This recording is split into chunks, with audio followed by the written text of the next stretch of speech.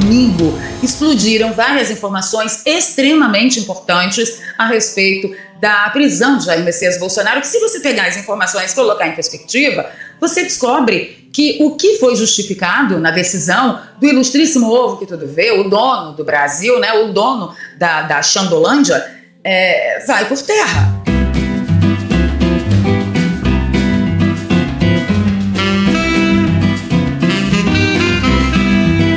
Detalhes dos medicamentos, que foi chamado por uma equipe médica que eu consultei de coquetel do inferno, que eu não vou nem falar o nome para a gente não tomar ban aqui nesta plataforma. Eu descobri um texto muito interessante da decisão da juíza da audiência de custódia e aí eu quero compartilhar isso com vocês. E foi justamente esse coquetel do inferno que fez com que Bolsonaro surtasse e olhasse a tornozeleira eletrônica como uma escuta acoplada. Você tem uma escuta aqui. Olha, gente, esse assunto não é novidade e quem me segue aqui há mais tempo sabe muito bem que eu já toquei nesse assunto em outras ocasiões. Não vou me aprofundar, que vocês sabem muito bem que os tentáculos do Togaquistão, eles são infinitos, né?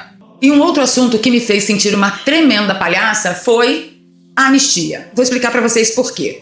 Eu tenho a sensação de que o Congresso está usando a anistia para impedir que a bancada da oposição faça obstrução. Porque se a gente faz obstrução, não pauta a anistia. Mas eu estou imaginando, já está passando pela minha cabeça, que isso virou uma moeda pútrida de troca. Fica comigo até o final desse vídeo que eu vou trocar em miúdos com vocês. Pedir o seu like logo agora no início do vídeo, compartilhamento nas redes sociais e nos grupos de Telegram, sabe? Ajuda a nossa voz a chegar mais longe. Se você é novo por aqui, se inscreva no canal, ative o sininho. Se você já é de casa, você já sabe o que fazer. Passa o olho em tudo aí, porque o preço da liberdade é a eterna vigilância. Bora pra pauta. Para mim, essa foi a informação mais importante que explodiu no domingo, logo após a prisão de Jair Bolsonaro, que foi um trecho escrito pela juíza auxiliar, tá? Que disse o seguinte, né? Foi indagado, foi na audiência de custódia e ela cita os 2 medicamentos que Jair Bolsonaro estava tomando, um por indicação de sua equipe médica oficial e o outro por indicação de uma outra médica que até agora eu não descobri o nome. E a pergunta que fica é: quem é essa médica? Quando ela foi consultada? Por que ela passou um medicamento sem a anuência da equipe médica oficial de Bolsonaro? Em que circunstância Bolsonaro encontrou com essa médica? Quem ela é? Até agora eu não descobri. Eu batendo um papo com um médico amigo aqui, outro médico amigo ali, todos os médicos que eu consultei me garantiram que esses 2 medicamentos podem ser chamados de coquetel do inferno. E nesta declaração, a juíza fala o seguinte: que de sexta para sábado, em razão de medicamentos que tem tomado receitados por médicos diferentes e que interagiram de forma inadequada, tá aqui os 2 nomes dos medicamentos, não vou falar, ele tem tido sono picado, não dorme direito, resolvendo então, com um ferro de soldar, mexer na tornozeleira. Ele tem curso de operação desse tipo de equipamento. Olha só o texto que eu destaquei para vocês. Afirmou o depoente que por volta de meia-noite ele mexeu na tornozeleira e depois, caindo na razão, cessou o uso da solda, ocasião em que comunicou os agentes de sua custódia. Comunicou os agentes de sua custódia.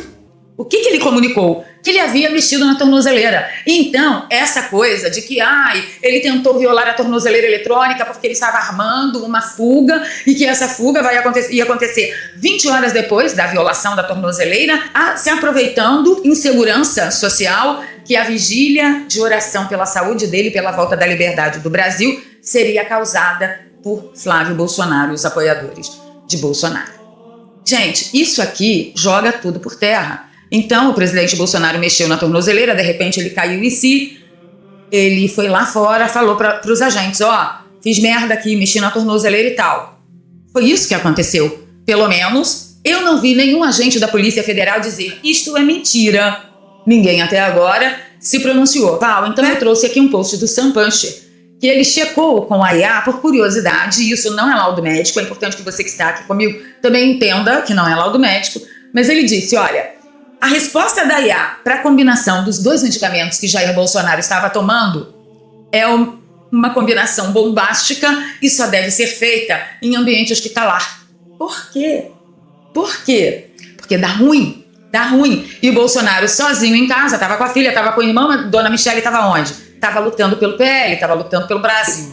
Até a IA disse, isso não é seguro. Mas parece que para a esquerdalha e toda a turma ali que está comemorando, abrindo champanhe pela prisão de Jair Messias Bolsonaro, uma prisão absolutamente ilegal, essas informações aqui não terão a menor importância, como também não teve para o STF. O post do Paulo Figueiredo, que comentou que é evidente, gente, que a prisão preventiva decretada por Alexandre não tem nada a ver com a tornozeleira. Como que a gente sabe disso? Porque os metadados do documento mostram que o mandado de prisão já estava pronto muito antes de Bolsonaro avisar. Fiz caquinha aqui com a tornozeleira. Mas ao saber que recebeu de presente, né, a violação da tornozeleira, o pseudo-juiz, segundo Paulo Figueiredo, deu all-in na tese da tentativa de fuga. E ele acabou se dando muito mal. Agora, com a unanimidade dos médicos acerca dos desconhecidos efeitos de confusão mental causados pelos medicamentos, a dúvida razoável é difícil de ser contraditada. E agora? Agora, ele vai fazer o que quer, porque ele é um ditador. Ao Paulo, diz ele, a mim, resta tornar a sua vida e a dos seus cúmplices um pouco mais dolorosa. E voltarei em breve com novidades a esse respeito. O Paulo aqui ficou especialista no tic-tac. E eu confesso pra vocês, estou cada vez mais animada, porque cada vez que esse moço aparece na rede social dele fazendo um tic-tac, mais cedo ou mais tarde, a gente é abalroado aí com muita felicidade. Pelo menos aquele gostinho de justiça sendo feita, eu tenho tido, e você? Deixa nos comentários pra mim. O STF formou maioria para manter a prisão preventiva do ex-presidente Jair Bolsonaro. Existe um prazo para essa prisão preventiva que deve ser ou relaxada ou transformada em prisão definitiva, né? Imagina o que vai acontecer. Presa de 0 pessoas. Lembram que eu disse a vocês que eu apostava tudo na obstrução. E como teria uma reunião do PL logo na segunda-feira de manhã, porque toda a bancada da oposição, pelo menos quem é do PL, voou para Brasília, alguns no sábado e outros imediatamente no dia seguinte, na segunda-feira foi marcada uma reunião do PL e eu tô crente que vai sair de lá, vamos obstruir tudo. PL, passando para vocês aí as impressões. Primeira coisa sobre a obstrução, não haverá obstrução, pelo menos essa semana foi decidido que nós não faremos obstrução, porque há uma conversa avançada com os líderes e os presidentes das duas casas para que seja pautada a anistia. Então a gente, ao longo dessa semana, na terça e na quarta-feira, deve ter essa abertura para votação. Como vocês sabem, há votos suficientes. Nós continuaremos com a ideia da anistia, né? A gente vai apresentar pelo Partido Liberal um substitutivo ali de manter o texto original, que não é dosimetria, anistia, e a gente continua acreditando que há votos para isso. Não é dosimetria, é anistia, mas nós sabemos muito bem que o texto que está lá é da dosimetria. Segura aí que eu vou apresentar as minhas caraminholas para vocês. Nicolas Ferreira fez o post dizendo o seguinte, rumores de que a anistia será pautada nesta quarta, né, Nicolas? Muito trabalho da oposição para que isso se concretize. Ação e oração. Eu, sinceramente, confesso que eu tô me sentindo uma palhaça. Mas aí apareceu esse vídeo aqui e parece que o Hugo Mota rompeu com o líder do PT na Câmara. O lindinho, né? Parece que o Hugo Mota não acha ele muito bonito, não tem nada a ver com belo e parece que teve um racha. Mas aí, brava gente, eu fico me perguntando quantas vezes nós servimos de idiota, quantas vezes nós caímos nesse teatro. Porque pode ser sim um teatro mambembe, porque afinal de contas, Hugo Mota tem a ficha mais suja que pau de galinheiro. Vocês esperam alguma coisa que preste vindo de Hugo Mota? Sim. Aí de repente prendem Jair Bolsonaro. A única resposta à altura que nós temos para dar, pelo menos os parlamentares, é a obstrução total e completa, tanto na Câmara quanto no Senado. Aí não obstrui não, senão eu não posso pautar a anistia. E aí vem terça, quarta, quando chega na quinta, não deu para pautar a anistia, não chegamos a um acordo para a semana que vem. E aí semana que vem, daqui a pouco é férias. Alguém pode me condenar por eu desconfiar? Porque eu tô me sentindo uma palhaça, tá? Bem, Flávio Bolsonaro tá marcando firme lá no Senado. Ele fez uma coletiva de imprensa, vou soltar aqui um trecho. O que a gente sempre pediu é que a democracia prevalecesse. O relator pauta o relatório dele, né, com a redação que ele bem entender, né, que ele diz já publicamente que é com relação à dosimetria, e nós vamos usar os nossos artifícios regimentais para aprovar a anistia. E aí o texto que vai ser aprovado, o texto final, vai para o voto. É isso que nós sempre defendemos. Pauta, inicia o processo, não temos compromisso nenhum com a dosimetria, o nosso compromisso é com a anistia e que vença quem tiver mais votos, como sempre foi, sem interferência de outros poderes. Eu continuo com várias pulgas atrás da orelha, na verdade eu tô com mastodontes inteiros atrás da orelha, porque eu não estou confiando nesse movimento que de repente joga um balde de água fria na fervura da indignação com a prisão do presidente Jair Bolsonaro. E aí, obviamente, que a moeda de troca está sendo o quê? Pautar o PL da anistia. Será que dessa vez eles pautam mesmo? E será que o que sai aprovado de lá será a anistia? Deixa aí nos comentários para mim o que você acha. Bem, Deus abençoe o presidente Jair Bolsonaro. Mas se vocês querem saber o que me dá nos nervos, o que teve de gente hoje na rede social dizendo que Bolsonaro acabou, Bolsonaro estava morto politicamente, que agora tem que arrumar alguém, que esse negócio de família Bolsonaro. Aí o Pablo diabólico Marçal apareceu de novo. Mentira. Não, mentira. Dizendo que a direita conservadora brasileira era refém de Bolsonaro. Pergunte para ele onde ele estava quando o Bolsonaro sozinho bradava na Câmara, denunciando o Foro de São Paulo, denunciando todo tipo de atrocidade. Onde ele estava? Estava dando golpe na internet? E aí ressuscitam o Pablo Marçal justamente agora que o presidente Jair Bolsonaro está na cadeia. É incrível o timing desse pessoal. Temos Pablo Marçal dando pitacos por aí e muita gente com perfil bombado dizendo esqueçam Bolsonaro, gente. Que história é essa de que a direita só existe se Bolsonaro estiver na urna? Não, filho. Democracia só existe se Bolsonaro estiver na urna, porque afinal de contas esse homem não cometeu crime nenhum, nem ninguém conseguiu provar uma vírgula de crime que ele tenha cometido para estar preso neste exato momento. Aí você tem que ter em perspectiva. Nós estamos lutando pelo direito de Bolsonaro, mas para que todo opositor de Bolsonaro tenha o mesmo direito que ele. O que é muito difícil, muito diferente do que fazem aqueles que estão no poder hoje. E você sabe muito bem disso. E por falar em marketing digital, você sabia que você pode exercer a sua profissão através do digital? Não? Olha, trabalhar em casa já virou uma febre e uma saída para quem precisa fazer uma renda extra, uma grana extra e também para quem está desempregado, entrou aí na fila do Bolsa Família e não sabe mais o que fazer. Preste atenção nesse recado. Para tudo que você está fazendo e preste atenção nesse recado. Olha só a matéria que acabou de sair, ainda há pouco, dia 9 de outubro de 2025, o IBGE informou que o home office já é a realidade profissional de mais de 14 milhões e 700 mil brasileiros. Só para você ter uma ideia, 1 a cada 5 mulheres que trabalham de casa. E no caso dos homens, é 1 a cada 6. Aí você consegue perceber duas coisas, que a situação em home office é mais comum entre as mulheres. Sim, o home office só cresce. E o mais curioso disso tudo é que nessa situação tem gente de tudo quanto é segmento, de tudo quanto é profissão e de tudo quanto é mercado. Tem gente trabalhando com venda, tem gente trabalhando com prestação de serviço. É um universo infinito.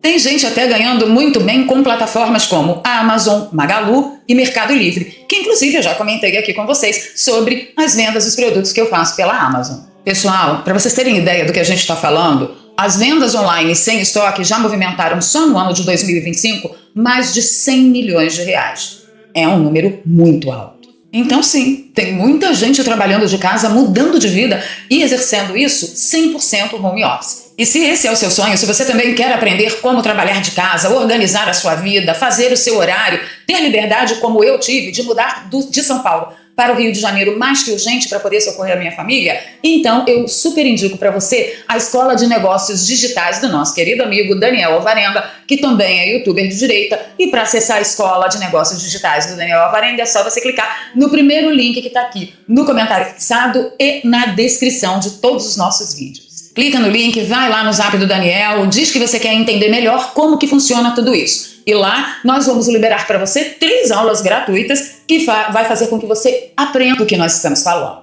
E pode ficar despreocupado, porque não é bet, não é tigrinho, não é curso para aprender a vender curso, é trabalho sério, honesto, dedicado, e eu tenho que avisar vocês. É trabalho suado, tá? Você não vai ficar rico fácil, não. Ah, e você que já tem a sua profissão, saiba que você pode exercê-la através do digital. Você só precisa conhecer e dominar as ferramentas para isso. Dá uma olhada no testemunho que a gente recebeu há dias atrás. A Fábrica de Ideias da Cris comentou: eu trabalho em home office desde 2022, hoje sou nômade digital. Caminho sem volta. Tá vendo só? Quem começa não quer parar mais. Afinal de contas, na escala 6x1 da CLT, qual é o trabalho que vai te oferecer um bom pagamento, bons lucros e você mesmo fazendo o seu horário e estabelecendo as suas prioridades? Eu pago as minhas contas com o digital há pelo menos 10 anos e posso garantir para vocês, se tiver dedicação, seriedade e compromisso, você vai dar uma viradaça na sua vida. Se você ainda está indeciso, eu te aconselho, corra no link que está aqui na descrição e no comentário fixado, vai lá, pega as aulas gratuitas, que aí você vai entender melhor do que a gente está falando. Tem um universo infinito na sua frente para fazer você ganhar dinheiro a partir da sua casa, mandar no seu horário e quem sabe aí dar uma chute nos fundilhos da CLT. Para essa terça-feira é isso. Ficando por aqui pedindo seu like, seu compartilhamento, você está vivo ainda dá para dar um golinho no café. Então, força na peruca que tá só começando, tá bom? Ficando por aqui pedindo seu like, seu compartilhamento, você gosta do meu trabalho, aqui tem um Pix, por favor, nos apoie, nós estamos precisando demais da conta. eduarpravaleria@gmail.com, qualquer valor é muito bem-vindo. E na descrição eu sempre deixo 2 contas bancárias e uma conta no PayPal para você que acompanha a gente, né, fora do Brasil. Conto com vocês nos comentários, aquele beijaço com gosto de café no coração. Fui.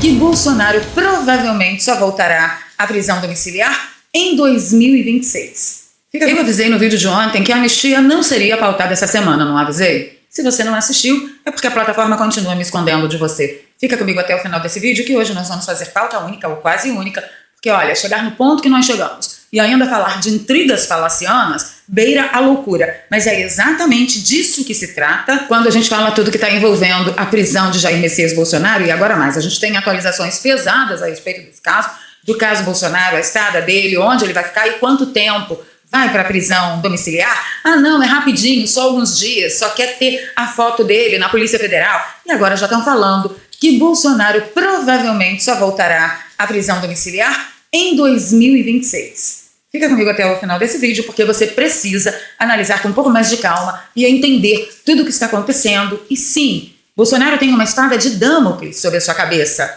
e ninguém está falando a respeito disso. Vou pedir seu like logo agora no início do vídeo, compartilhamento nas redes sociais e nos grupos de Telegram e Zap, ajuda a nossa voz a chegar mais longe. Se você é novo por aqui, se inscreva no canal, ative o sininho, dá essa força pra gente. Se você já é de casa, passa o olho em tudo aí, reveja sua inscrição, reveja seu sininho, porque olha, nós realmente desaparecemos. A plataforma resolveu finalizar conosco, mas nós é brasileiro, contamos com vocês e nós não desistimos. E eu, sem surpresa nenhuma, vi esse vídeo do Gustavo Gayer ontem à noite, no iniciozinho da noite, ele completamente indignado e revoltado por uma coisa que eu disse que aconteceria no vídeo de anteontem. Presta atenção. Eu voltei aqui no meu gabinete rapidamente para gravar esse vídeo. Eu acho que eu preciso dar uma atualização para vocês dessa questão da anistia, em que pé que tá. Até o início dessa semana, estava quase que configurado, acertado, que hoje nós votaríamos a anistia. Infelizmente, recebemos a notícia que, mais uma vez, a votação será adiada. Anistia ou dosimetria. Será adiada para quando? Será adiada para a semana que vem. Todo o vídeo dele é muito importante, trocando em miúdos. Ele diz aqui que o relator, que é o Paulinho da Força, ele não termina o texto para apresentar o texto para ser debatido, para ser votado, para ser analisado. No frigir dos ovos, no final do dia, basta que o Paulinho da Força sinalize que o texto está finalizado, apresente o texto para que o Hugo Mota paute a anistia. Mas isso não acontece. Por quê? Porque o Paulinho da Força diz toda semana que não tem o texto finalizado. E aí o Gustavo Gayer pergunta como que a gente vai analisar uma coisa que não tem texto. Também faz parte da intriga palaciana, também faz parte da estratégia de manter Bolsonaro refém, como o Bolsonaro está, não se importando se tem gente inocente. O processo legal já foi pelo vinagre há muito tempo, foi pelo ralo. Todo mundo aqui, né, pelo menos vocês que seguem esse canal, sabem no fundo o que se trata. Mas o que eu chamo a atenção? No vídeo de anteontem, eu fiz inclusive esse corte aqui, ó. Eu avisei que isso aconteceria.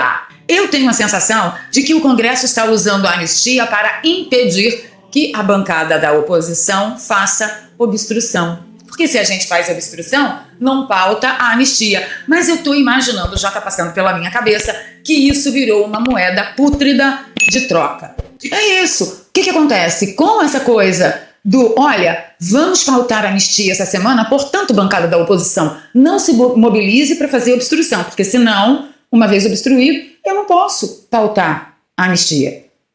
E aí, a semana da pauta da anistia nunca chega, a oposição não se mobiliza para obstruir, e, gente, é game over para nós. Eu avisei, lembrando que o texto, pelo menos intencional, do Paulinho da Força é uma dosimetria e não uma anistia. Só queria deixar registrado, consignado a todos vocês, que eu avisei. no fundo, a elite aristocrática comunista deste país não tem o menor desejo, a menor intenção de pautar a anistia, tá bom? Prestem atenção se é ou não é o que eu falei. Vou jogar na loto, gente, vou jogar. Eu volto a conversar com Jussara Soares e Caio Junqueira. Jussara, os aliados de Jair Bolsonaro ainda pressionam para que o ex-presidente volte à prisão domiciliar. Quando eles acreditam que isso poderia acontecer? Olha, Márcia, anteriormente, antes da prisão preventiva, no último sábado, em que o ex-presidente acabou sendo preso depois de violar a tornozeleira eletrônica, havia uma expectativa, é que quando fosse executada a pena pela trama golpista, o ex-presidente fizesse o que eles estavam chamando de um pit stop no regime fechado. Na ocasião, eles pensavam, inclusive, que poderia ser a papuda, que seria ali alguns dias apenas, e que o ex-presidente pudesse retornar a casa para cumprir a prisão em casa, justamente como ocorreu com o ex-presidente Fernando Collor, que também, depois de ser condenado, apresentado uma série de razões médicas, ele passou alguns dias preso, mas depois acabou indo para casa. A avaliação agora mudou, Márcio, é que depois da tentativa de violação, depois de violar, né, o ministro Alexandre de Moraes disse que de fato foi violada a tornozeleira eletrônica, que depois disso fica muito difícil imaginar que o ex-presidente possa passar, por exemplo, as festas de fim de ano em casa. Para o entendimento de todos, agora a situação de Bolsonaro mudou. Não são mais alguns dias só para ter a foto, só para massagear o ego de certos togados aí espalhados pelo Togaquistão. Não, a princípio agora é só em 2026 que Bolsonaro talvez, quem sabe, volte à prisão domiciliar. Mas por quê? Olha, a razão para isso foi ele ter violado a tornozeleira, mas ele violou? Bem, o ministro Ovo que tudo vê disse que violou, portanto passou a ser a verdade absoluta. Daniel Silveira que o diga. Olha, é só uma reprimenda, é só para dar uma lição no deputado, que afinal de contas, ele não pode ficar falando impropérios contra as mais magnânimas autoridades de Togaquistão. Não pode. Então, só para dar um susto nele, vai ser uma semaninha de prisão. Aprova aí, Congresso, aprova aí. Eu também avisei isso. Quem me segue aqui, deixa nos comentários, por favor, se eu disse ou eu não disse. Tá aí, ó. Vocês pensam o quê? Que tem ombro? Não tem ombro, brava gente. A Bárbara do Te Atualizei perguntou o seguinte: quando foi que nós normalizamos que tá tudo bem com o Hugo Mota não pautar uma anistia que possui a assinatura da maioria da casa? Só porque, segundo a mídia, o Supremo avisou que se ele pautar, eles vão para cima do pai dele e de seus funcionários fantasmas. Quando foi que nós normalizamos isso? A Bárbara não está falando conosco, cidadãos. A Bárbara está falando com os congressistas. A Bárbara está falando com os políticos. A Bárbara está falando com a bancada da oposição, que já deveria ter obstruído aquela bosta toda. Só acaba a obstrução quando o Paulinho da Força disser: o texto está fechado, o Mota pautar, acabou. Aí, não vamos obstruir porque tem um acordo, porque esse último acordo que fizeram é o acordo de ouro, é o bambambam, é o maravilhoso, E aí não acontece nada. Enquanto isso, as pautas vão sendo votadas. Eu acho que passou da hora do Hugo Mota ter o seu quinhão, a sua porção de sanções Magnitsky. Mas quem sou eu na fila do pão nessa bagaça toda? Falando de alguns comentários que eu vi aí na internet, e o professor André Marcília falou muito bem a respeito de duas possibilidades que ainda existem para os advogados de Bolsonaro tentarem uma soltura. Primeiro, é uma ADPF, tá? Que sim, é possível. Num país de normalidades, é possível uma ADPF. Porém, essa ADPF iria para quem analisar? Ganha uma bala quem responder a corte do Togaquistão. Vocês sabem, né? Que resultado que isso vai dar. E uma outra ferramenta seria a revisão criminal. A revisão criminal, algumas pessoas estão defendendo com unhas e dentes, imagina, os advogados de Bolsonaro precisam ir na revisão criminal, e aí tem uma jogadinha ali, que para a revisão criminal não pode ser a mesma turma que analisa. E a turma que analisaria essa revisão criminal seria a segunda turma. Quem está lá na segunda turma? O André Mendonça, mas tem também o Gilmar Mendes, que teoricamente deveria ser sorteado para ver quem cairia, né? Primeiro que eu acho que já deveria ter mudado o nome disso de sorteio para um outro nome qualquer, porque sorte, meu amigo, é uma coisa que realmente a direita não tem por lá, por aquelas paragens. Eu acho que Gilmar Mendes não vai permitir que isso aconteça. Caso caia na mão de André Mendonça, eu não tenho a menor esperança. Primeiro porque André Mendonça ainda dias atrás estava parabenizando e previamente apoiando a ida de Messias para o STF. O Messias, quem é o Messias? Messias, senhores, é o evangélico que, enquanto AGU, defendeu o aborto em estado avançado, inclusive pelo método de assistolia fetal. Dá um Google aí que você vai entender para que serve isso e o que causa no bebê. Ensino obrigatório de gênero e sexualidade nas escolas, censura do STF no julgamento do Marco Civil, Desde que o STF equiparou homofobia e transfobia ao racismo, qualquer crença conservadora pode ser considerada discurso de ódio e sofrer censuras. Isso é para você entender o mal que esse cara fez. Resumindo, o Messias é amante do establishment progressista e seu crescente controle estatal. Esperado, pois serve a Lula e ao PT há décadas. Palavras da Marina Helena, e vocês sabem que eu tenho ojeriza ao novo por vários motivos. Certinho? Certinho. Esse é o André Mendonça. E ainda que André Mendonça não tivesse emitido ali o seu apoio prévio a Jorge Messias, eu duvido que o André Mendonça tivesse as coisas roxas o suficiente para fazer o que devesse ser feito. Para onde que vão a DPF e esse pedido de revisão criminal? Vai para a alta corte do Togaquistão. Alguma esperança? Eu não tenho. Vamos falar da armadilha. Olha só. O Carlos Bolsonaro diz que discutir sucessão presidencial enquanto os maiores absurdos políticos se acumulam contra o maior líder do país, enquanto heróis nacionais são presos de forma ilegal, é compactuar com a covardia e a tortura que esse regime impõe a milhares de brasileiros inocentes.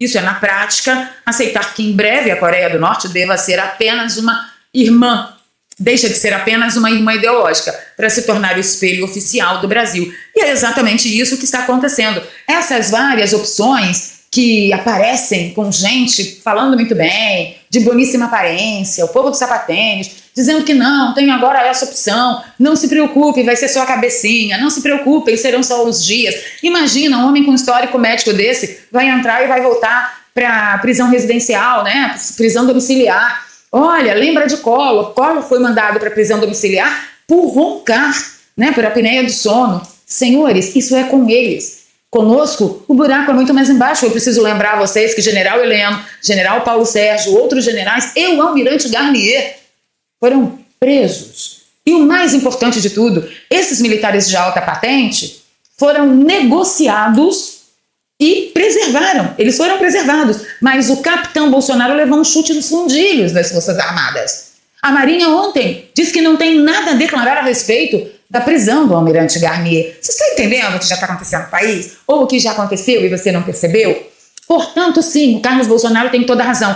Falar em sucessão eleitoral, sucessão presidencial, quem é que vai herdar os votos de Bolsonaro?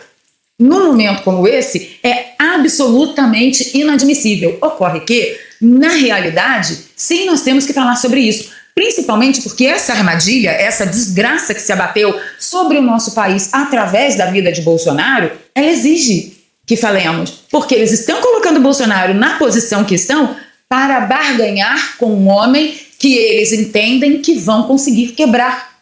Colocá-lo numa situação psicológica desfavorável tal, comprometido a tal, em que ele aceite os termos para um acordo de 2 anos de prisão. Depois a gente fala mais sobre isso, não vou entrar em detalhes nesse vídeo. Pô, se você foi condenado a 27, vai cumprir 2, 1/3 da pena você vai para casa. Isso você indicando quem a gente quer. Então, tem esse aspecto. É necessário que falemos. Isto posto, vamos avançar que eu vou mostrar para vocês que sobre Bolsonaro, sobre a cabeça de Bolsonaro, está uma espada de Damocles. O Eduardo Bolsonaro noticiou que o STF concluiu o julgamento e tornou réu por coação. Mas peraí, ele está coagindo, ele tentou coagir quem? O ministro, que é o juiz da causa, que seria a vítima. Que lei? Que lei? A espada de Damocles sobre Bolsonaro. Foi tudo uma grande armadilha contra o Brasil. Com Bolsonaro preso, sem data para ir para prisão domiciliar e inelegível, ele será obrigado a indicar alguém. Isto posto, nós estamos dispostos a assumir que Bolsonaro indicaria quem? Quais são as pessoas de sua maior confiança? Filhos, primeiro por experiência, e em seguida Michele, como uma segunda opção. Por que Bolsonaro terá muita dificuldade de fazer isso? Eduardo foi declarado réu, mas ele está em segurança. Flávio não está e Carlos Bolsonaro não está. Michele é uma opção no rol de indicações confiáveis de Bolsonaro. Mas Michele Bolsonaro também não está em segurança. Olha a decisão que este homem terá que tomar. Eu coloco um alvo nas costas dos meus filhos ou da minha esposa, ou eu cedo ao sistema, indicando Tarcísio. Calma, tem um monte de gente xingando. Pessoal, não ataca o mensageiro, não. Já eu vou colocar uma situação para vocês. Eduardo mesmo já falou, o Tarcísio é o candidato queridinho. Isso tem que ter uma justificativa.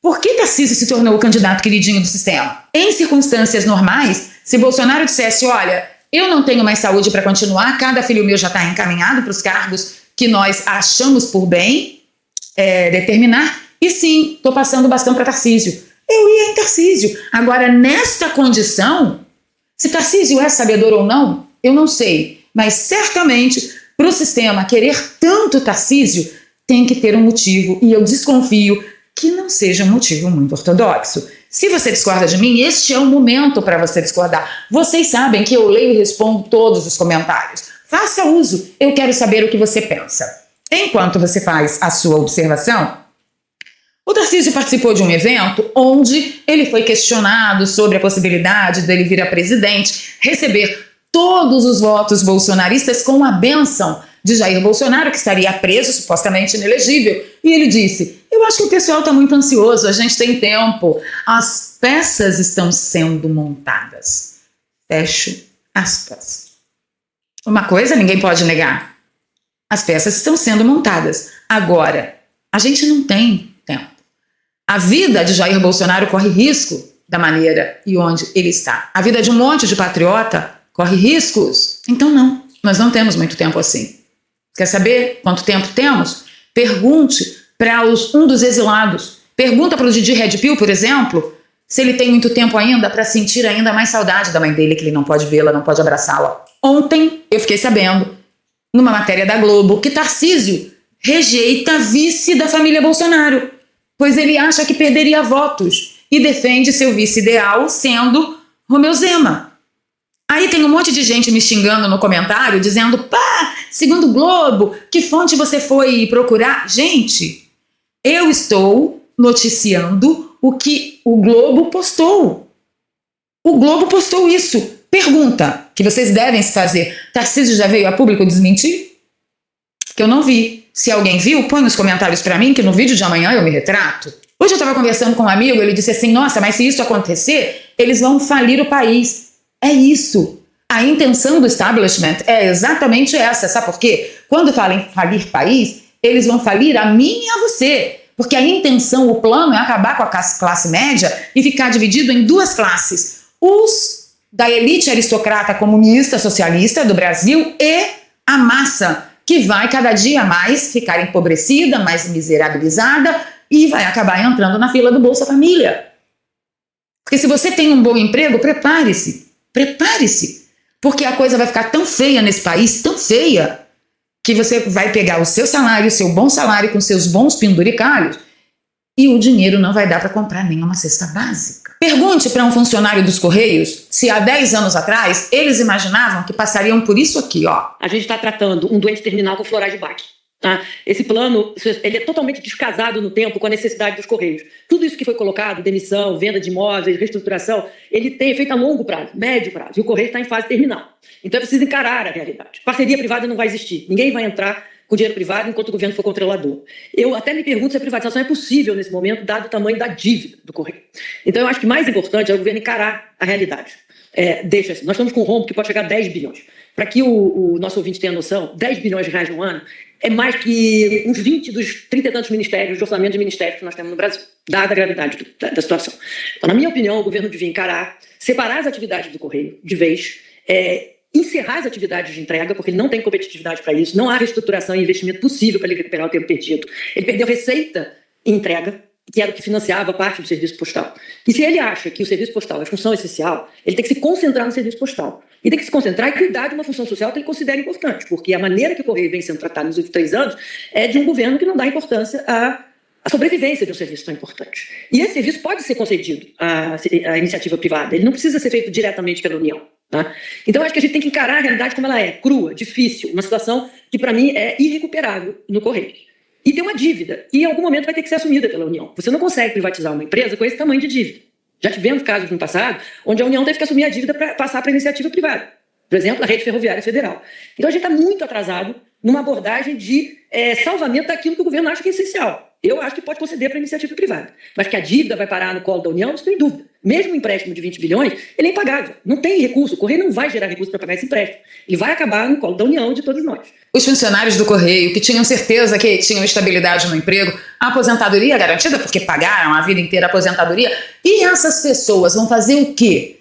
Elas não vai ter rescisão contratual, não vai ter multa, não vai ter nada. Vai fazer o quê com esse pessoal?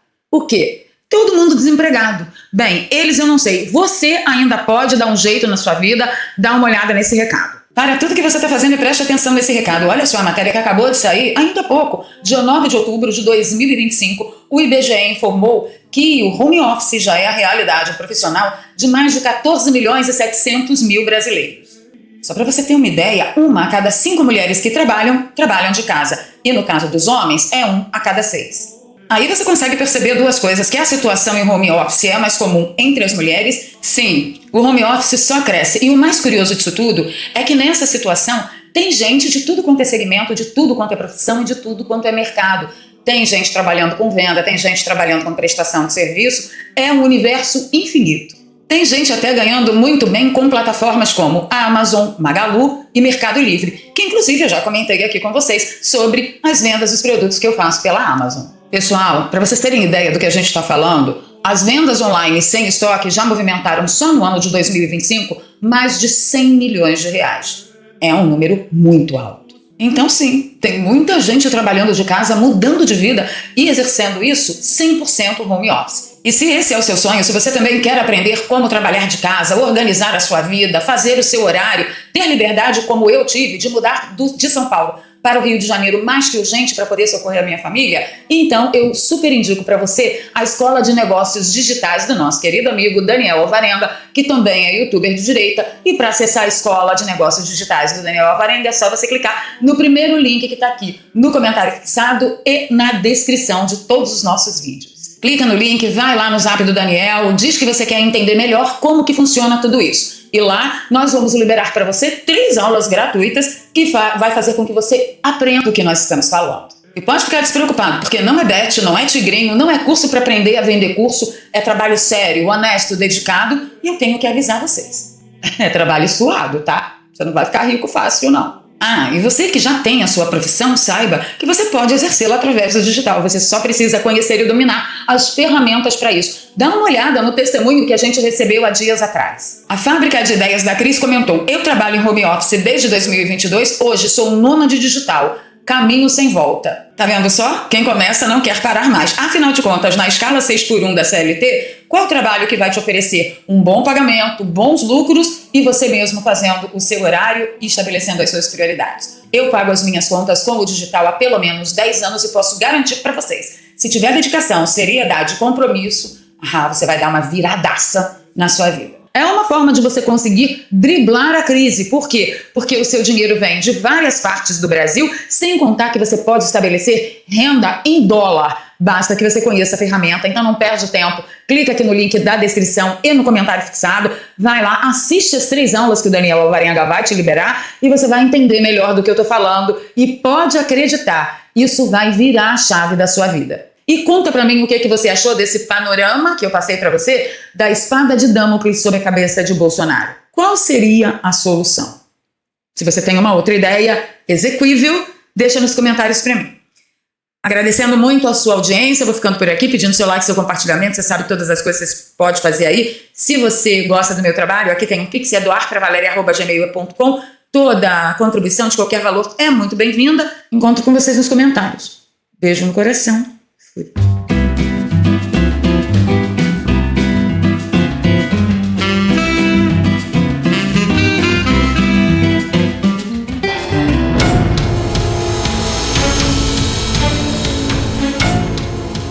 Ele está negociando, eu não sei em troca do que, e fica aqui a minha pergunta, com a bancada da oposição, que não façam nem destaques e nem emendas. Ora, senhores, é justamente o destaque e as emendas que podem tornar esse texto ridículo de PL da dosimetria, que não foi aprovado naquela votação na Câmara, em PL da anistia.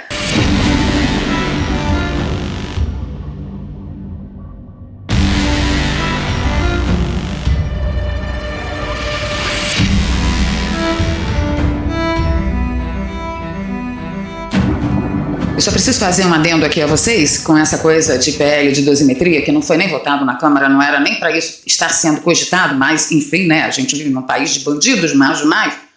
Saiu uma matéria no veículo Notícias do Planalto.com.br dizendo que a cúpula da Câmara tenta convencer a oposição a apoiar o projeto da dosimetria. E eu vou explicar para vocês qual é a jogada que o Paulinho da Força está se utilizando para tentar dobrar a bancada da oposição, para abrir mão da anistia, para abraçar a dosimetria. De acordo com Paulinho da Força, eu vou abrir aspas para ele. Estou conversando com o PL sobre a possibilidade de não incluir destaque nem emenda para a anistia. Ainda não está finalizado, está avançando, mas ainda não foi resolvido. Espero que consigamos até o final desta semana para votar na próxima semana, fecho aspas. O Paulinho da Força está tentando que o texto do PL da dosimetria passe de acordo com o que os donos do poder imaginaram.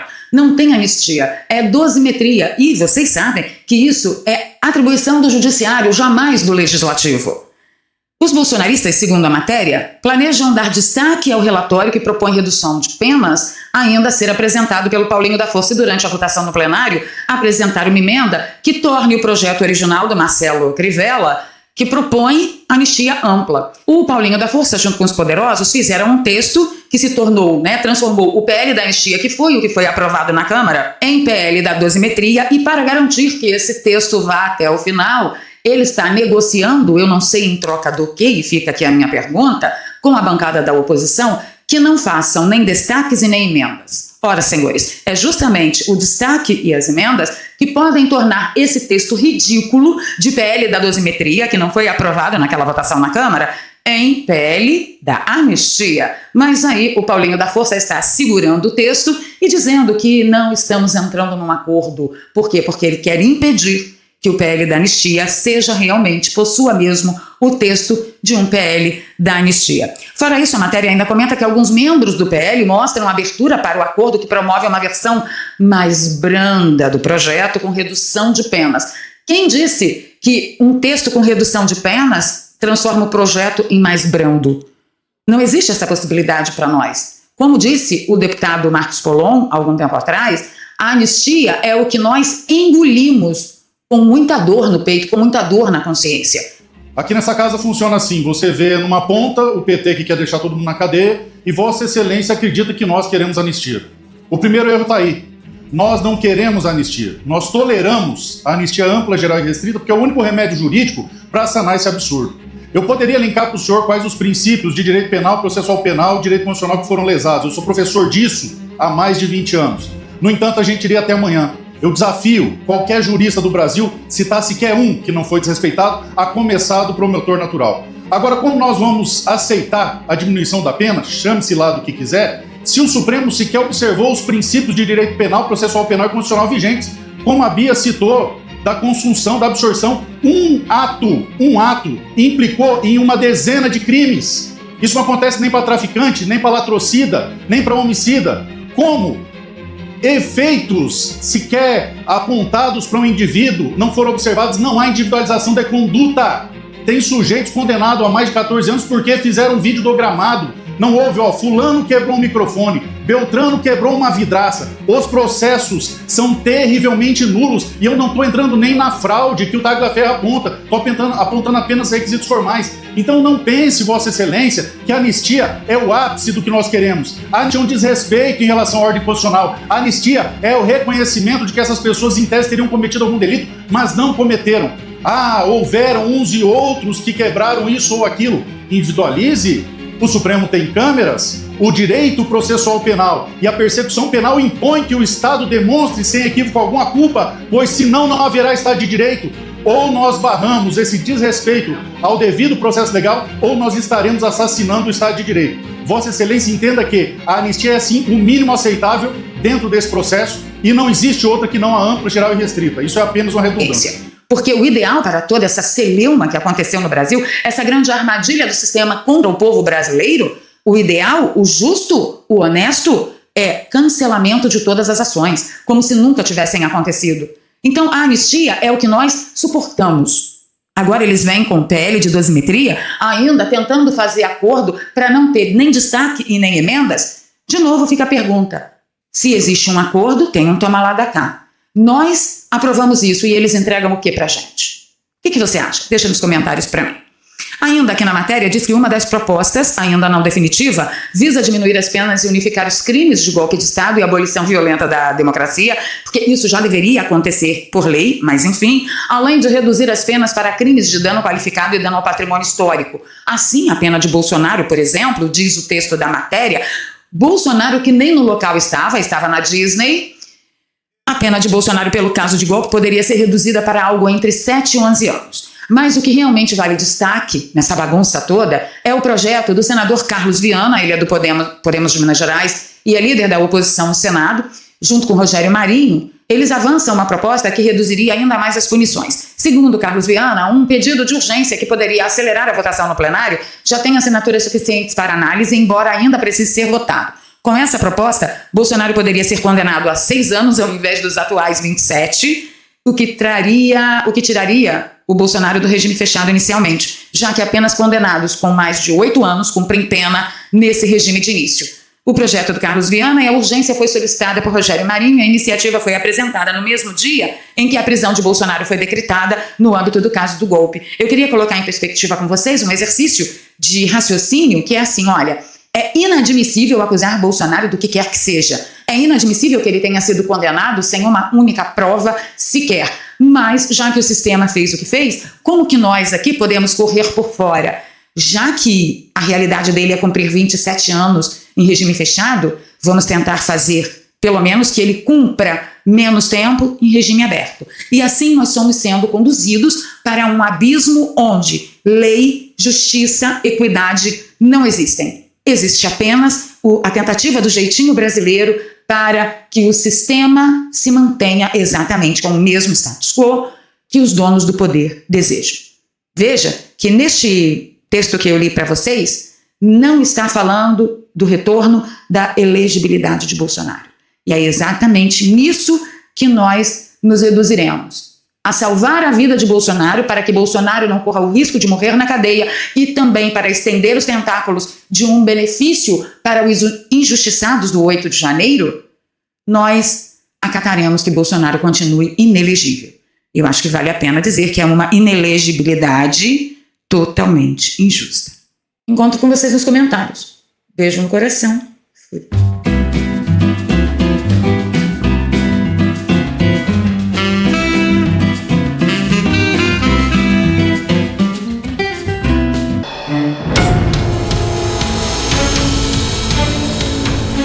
Mais um dia de baixaria na República Tupiniquense do Ovo que tudo vê. Em Brasília hoje está todo mundo fervendo. O que está parecendo é que o sancionado violador de direitos humanos da República das Banânias tem um preferido para indicar ao STF, mas que a sua preferência não bate com a preferência do pudim de pinga, que se assenta na cadeira da presidência da República. Eu explico. Parece que o preferido do Ovo que tudo vê é Rodrigo Pacheco. E não é a mesma preferência de Janjo, o pudim de pinga, que prefere o moleque de recados, o Bessias. E tanto Lula quanto o violador de direitos humanos da República estão se estapeando como estratégias mirabolantes, enquanto os nossos impostos aumentam a cada dia. Davi Alcolumbre marcou essa batina de Jorge Messias para 10 de dezembro, e isso quer dizer muitas coisas, senhores, porque aqui no Brasil nós temos vários modus operandios para manter o status quo, ou seja, o Estado poderosão que te rouba, que te engana, que te trai e que vive nababescamente às suas custas. Bem, no caso da indicação do André Mendonça, todo mundo lembra que demorou. No caso de Jorge Messias, a estratégia está sendo diferente. Por quê? Porque Alcolumbre, que não é nada bobo, vislumbrou o seguinte, que parte do Centrão e toda a bancada da oposição está indignadíssimo com a prisão de Jair Bolsonaro, prisão de General Heleno e outros generais, Almirante Garnier, pessoas inocentes contra as quais não foi apresentado nenhuma prova de crime, e eles estão na cadeia. Algumas pessoas muito importantes do Congresso estão tão indignados quanto nós. Isto levanta e forma um clima muito ruim para a aprovação de qualquer indicado que venha do governo que dorme de conchinha com o sancionado violador de direitos humanos de Brasília. O site Metrópolis noticiou que o pessimismo no governo com o relator da indicação de Messias no Senado é grande. Os aliados do governo de Lula estão pessimistas com a escolha do senador Weverton Rocha, do PDT do Maranhão, como relator da indicação. A avaliação de todos aqui, Rocha, apesar de aliado de Lula, é muito mais próxima do presidente do Senado, Davi Alcolumbre, que defendia Rodrigo Pacheco, do que propriamente de Lula. A proximidade com Alcolumbre pode interferir na condução do processo sem o apoio do presidente do Senado, e a indicação corre risco de ser rejeitada. Algo que não acontece desde 1894. Só a título de conhecimento aqui para vocês, o principal nome indicado ao Tribunal Federal rejeitado pelo Senado em 1894 foi o médico Cândido Barata Ribeiro. Naquele ano, o presidente da República, que era Marechal Floriano Peixoto, teve um total de 5 indicações ao STF rejeitadas pelo Senado Federal. Um episódio que foi único na história da República do Brasil. E olha que bem que a gente precisava disso hoje, viu? A rejeição de Barata Ribeiro foi notável porque, na época, todo indicado assumia imediatamente o cargo e depois passava pela sabatina para que a sabatina referendasse ou não a sua ida. No caso de Barata Ribeiro, ele exerceu a função de ministro do STF por 10 meses quase e depois teve que abandonar o cargo. E por que isso aconteceu? Houve uma controvérsia, em parte porque a Constituição exige apenas notável saber jurídico para o cargo. E Barata Ribeiro era médico, o que gerou grande discussão sobre suas qualificações. E para tudo isso nós tivemos até a Bobo News assumindo essa análise. Olha só o que falou mal acabado Valdo. O Palácio Planalto entendeu o recado, né? Esse rito célere que foi agendado pelo Davi Alcolumbre é para tentar rejeitar Jorge Messias, né? Dá um tempo muito curto para ele fazer ali, como disse o Eric, o beijamão com os senadores, né? O governo já estava trabalhando para que a sabatina fosse no ano que vem, sabendo que o terreno está muito minado para Jorge Messias, vamos deixar para o ano que vem, até lá a gente todo mundo dá calma, todo mundo se tranquiliza. Só que Davi Alcolumbre não, vai ser nesse ano, já mandaram a mensagem ainda não foi enviada para o Senado. Ela foi publicada, mas ainda está lá, dizem que estão esperando alguns documentos para enviar. Então talvez o governo fique segurando o envio dessa mensagem para tentar negociar aí. Só tem uma saída, que Davi Alcolumbre se submeta a negociatas com o Janjo. E claro que isso não está nada descartado, né? A gente não tem como negar que de 1894 para cá, o Senado, em sua avaliação, deteriorou muito em suas exigências, porque nós passamos de um médico com grande, notável para a possibilidade de aprovação de um leque de recados. Alô? Lula, deixa eu te falar uma coisa. Seguinte, eu tô mandando o Messias junto com o papel para a gente ter ele e só usa em caso de necessidade, que é o termo de posse. Tá? Tá bom, tá bom. Só isso, você espera aí que ele tá indo aí. Tá bom, tô aqui, fica aguardando. Tá? Tá bom. Tchau. É bem possível no país das bananas. Volto daqui a pouco com mais um The Flash, rapidinhas para atualizar seu dia.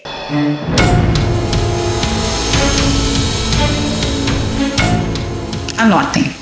Nós ainda vamos ouvir dessa canalhada que Jair Bolsonaro é um egoísta, injusto, desumano e oportunista, que está impedindo que o PL da dosimetria liberte os pobres injustiçados condenados do 8 de janeiro, porque ele apenas quer ser presidente da República. O PT mandou recado para Alexandre de Moraes e todo o STF. Está na hora da Corte Suprema desse país voltar para o seu quadradinho. Isso teria sido o quê? Medo? Pavor? Ou eles finalmente entenderam que aquilo jamais parará em Jair Messias Bolsonaro? E aí, por falar em Jair Messias Bolsonaro, nesse vídeo eu também vou abordar com um grande gosto amargo na boca sobre a possibilidade do PL da dosimetria vingar. Isso tudo com articulação de Flávio Bolsonaro e Tarcísio de Freitas. Não infarte agora, vamos conversar sobre isso. Você vai entender que o fiel da balança sempre foi o Centrão e é contra o Centrão que nós temos que levantar todas as nossas armas quando formos tratar de votar. Pedi o seu like logo agora no início do vídeo, compartilhamento nas redes sociais e nos grupos de Telegram, Zap, ajuda a nossa base a chegar mais longe. Se você é novo por aqui, se inscreva no canal, ative o sininho. Se você já é de casa, você já sabe o que fazer, dá uma conferida em tudo aí, faça o seu trabalho. Porque olha, mais escondido que nós, só urso em época de inverno hibernando. Tá incrível, viu? Antes de ir para nossas matérias de capa, tenho que conversar com vocês sobre o estado de saúde do presidente Bolsonaro. O Carlos postou ontem pela manhã que recebeu a informação de que Bolsonaro teve mais uma crise acentuada que já vinha se arrastando. Os médicos foram acionados, na tarde de ontem, diante da persistência de soluços e refluxos cada vez mais graves que começaram durante a noite e continuaram ao longo do dia. Ele não vai sobreviver, segundo a opinião de Carlos Bolsonaro. frente a essa injustiça. O sistema está assassinando de forma rápida e brutal o meu pai. O que fazer, meu Deus? Bem, Carlos, o que fazer é tirar o seu pai imediatamente e levá-lo para um hospital. Colocar a boca no trombone de 5 em 5 minutos a respeito de boletins informativos a respeito da saúde do presidente Jair Bolsonaro naquela pocilga. Todo mundo sabe o que o sistema deseja. Não permita que isso aconteça. Nós estamos com vocês. Orem pelo presidente Bolsonaro. Vamos lá, vamos para intrigas palacianas. Quando a gente fala que o fiel da balança é o Centrão, é por causa disso aqui. Olha o que o deputado Sóstenes falou na reunião, no coquetel do PSDB, onde Aécio Neves reassumiu a presidência do partido. Vamos lá. Bora, Lula, ladrão! Mas eu venho aqui hoje com muita alegria a pedido do nosso presidente Valdemar, assim como Altineu e Alvino, querido Aécio Neves, que ora assume uma responsabilidade nada fácil, porque substituir Marconi Perillo é um desafio enorme. Antes, Bruno, meu colega, que foi o voto decisivo do impeachment da pior presidente que esse país já teve. Ele decidiu com o voto dele, nunca vou esquecer. E o que nos une é que, se existe um partido, quando eu cheguei no meu primeiro mandato na Câmara, querido Aécio Neves, é que o partido que mais tempo enfrentou o PT foi o PSDB. Isso nos une. Eu não preciso colocar mais para vocês entenderem o que está acontecendo aqui. O Sóstenes foi a pedido do Valdemar da Costa Neto do PL, lá no coquetel do PSDB, onde Aécio Neves retoma a presidência do partido, e vocês têm visto por aí as declarações que Aécio Neves tem dado. Eu vou mostrar para vocês já um pouquinho mais dessa picardia, desse veneno, dessa coisa espúria que une interesses. Alguém aqui pode falar alguma coisa das votações e das defesas do deputado Sóstenes Cavalcante em relação a deixar as nossas pautas de lado ou não lutar o suficiente por nós? Não podemos. Mas vejam a concepção que ele tem, querido Aécio Neves. O importante é que o PSDB é o mais antipetista de todos os partidos. E daí, cara pálida? Foi isso que o professor Olavo de Carvalho passou 40 anos tentando abrir a mente do brasileiro. Ser antipetista não quer dizer absolutamente nada, meu caro. É a estratégia das tesouras. É o famoso Centrão, mostrando pulso, mostrando raça e mostrando que os interesses deles não têm nada a ver com os nossos interesses. Não menos importante, a entrevista para o UOL com a Daniela Lima, o Aécio disse o seguinte. É o que eu percebo, cabe a nós tentarmos antever um pouco o que está por ocorrer, é que essa Avenida do Centro começa a ser reaberta a partir do momento em que Bolsonaro já não é protagonista do seu próprio futuro e muito menos do futuro do país. E o próprio presidente Lula, independente do resultado da eleição, não será para o futuro.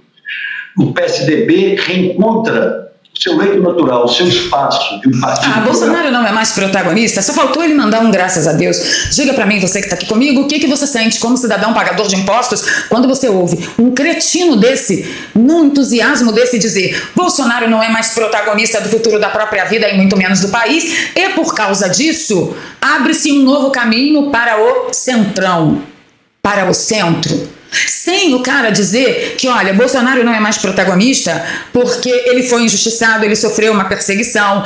Que tipo de país nós podemos esperar se um administrador, se um gestor dessa magnitude for parar no poder novamente? Se ele tem a coragem, a cara de pau de vir a público num dia como o de ontem, que eu vou mostrar já pra você, que águas rolaram, pedras se reviraram, tá, no fundo desse rio. Num dia como o de ontem, esse cara vir a público falar um negócio desse, ter coragem, não ter vergonha na cara, não ter pejo, não ter constrangimento, de dizer, olha, Bolsonaro acabou, filho, onde eu movia, bora que o Brasil tem que seguir. O que você espera que ele vai fazer com a administração do nosso dinheiro, do nosso país, da nossa segurança? O que você espera? Deixa nos comentários pra mim. E aí eu vou até chamar vocês de pertinho para a gente bater um papo sobre essa matéria que foi uma exclusividade da revista Oeste. Sim, vamos guardar todas as devidas proporções, que alguns articulistas e alguns jornalistas lá da revista Oeste realmente não estão correspondendo ao que o público da Oeste, que é, eu acredito, majoritariamente conservador e, portanto, bolsonarista, esperam da revista. Vamos deixar isso em perspectiva e eu quero começar a comentar com vocês a dor no coração que eu senti ontem quando eu ouvi o Augusto Nunes dizer o seguinte: olha, o país tem que seguir, a vida tem que seguir, então se a gente não conseguir anistia ampla, geral e restrita, vamos tentar conseguir o que podemos, o que for possível, que liberte esse pessoal do 8 de janeiro, que é um pessoal inocente, estão presos há muito tempo, eles já não aguentam mais tanta injustiça, e depois a gente continua lutando pela anistia para os outros. Sabe como eu me senti? Sabe qual foi o primeiro pensamento que veio na minha cabeça? Assim, olha, vamos liberar os presos do 8 de janeiro, que com isso a gente conquista a simpatia da população como preocupados com uma grande justiça em relação a esses condenados injustamente, e a gente ainda consegue manter Jair Bolsonaro inelegível.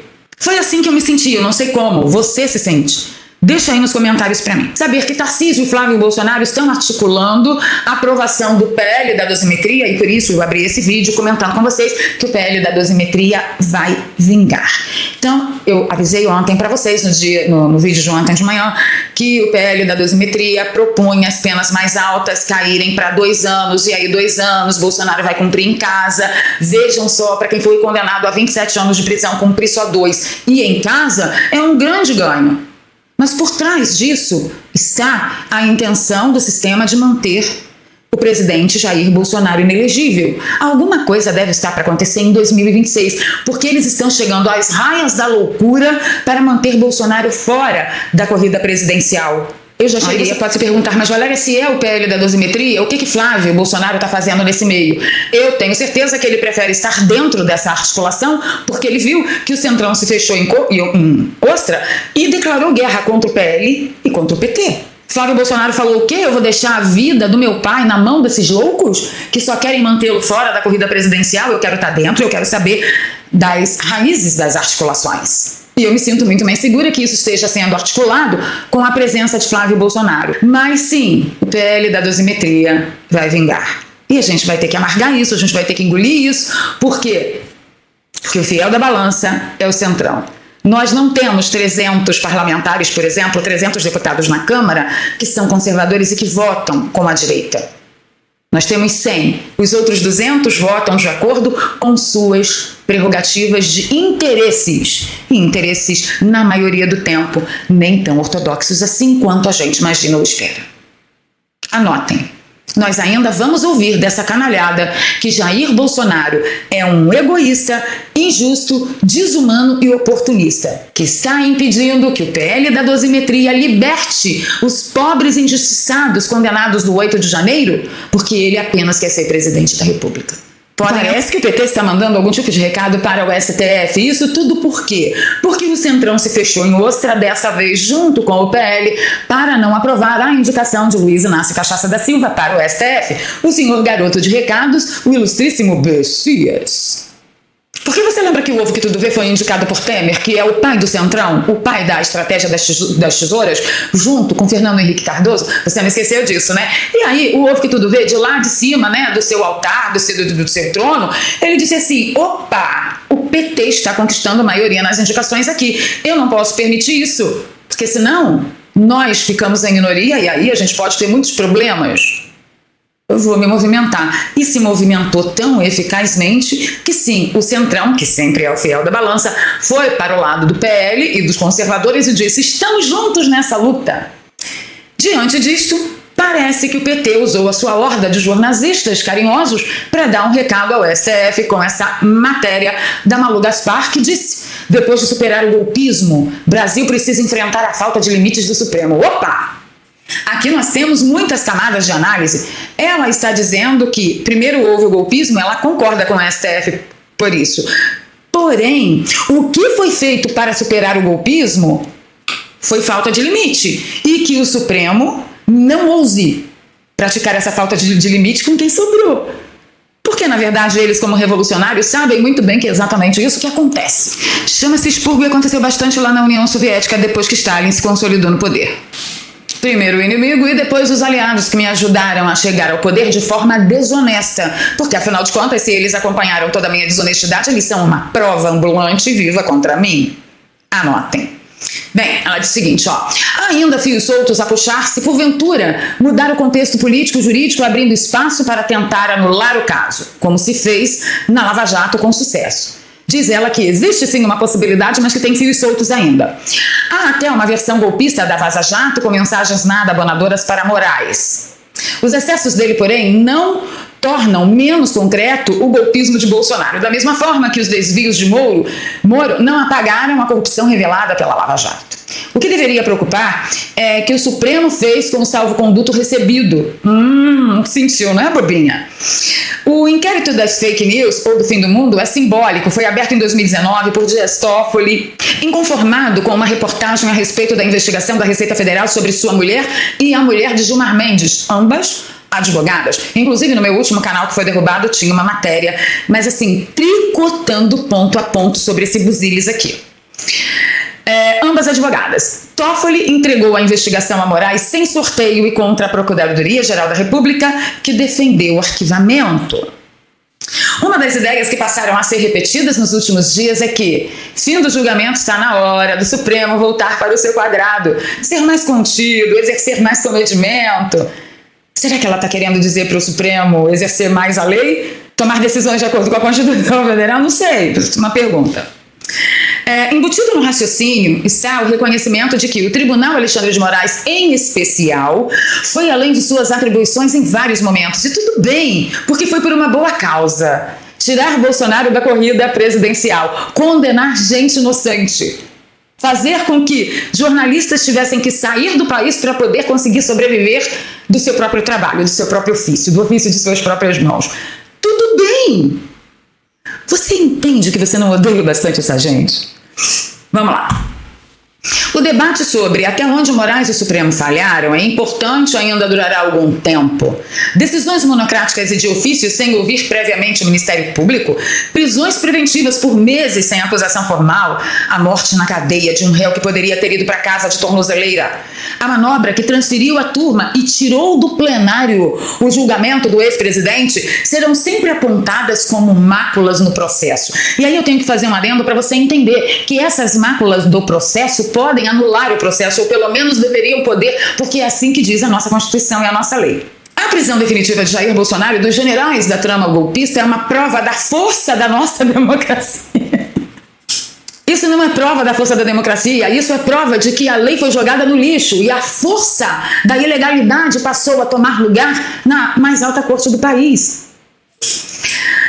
Derrotou-se o golpismo há décadas latente na caserna e pela primeira vez na história puniram-se os chefes de um complô por ruptura institucional. Quem diz que complô é crime aqui no Brasil? Não é. Procura a lei aí, infeliz. Está duvidando de mim? Procura a lei.